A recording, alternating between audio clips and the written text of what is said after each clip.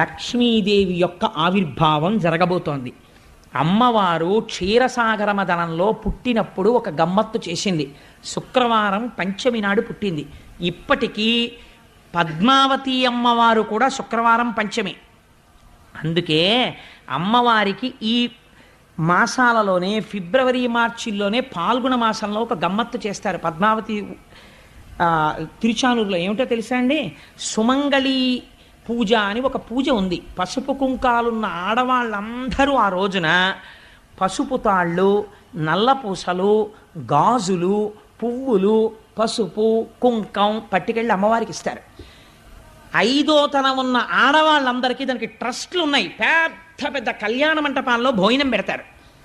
వాళ్ళందరితో కలిసి లక్ష్మీదేవి వచ్చి కూర్చుని భోజనం చేస్తుంది. ఇప్పటికీ ప్రతి ఏడాది ఇప్పటికీ మనకి తిరుచానూరులో జరుగుతుంది.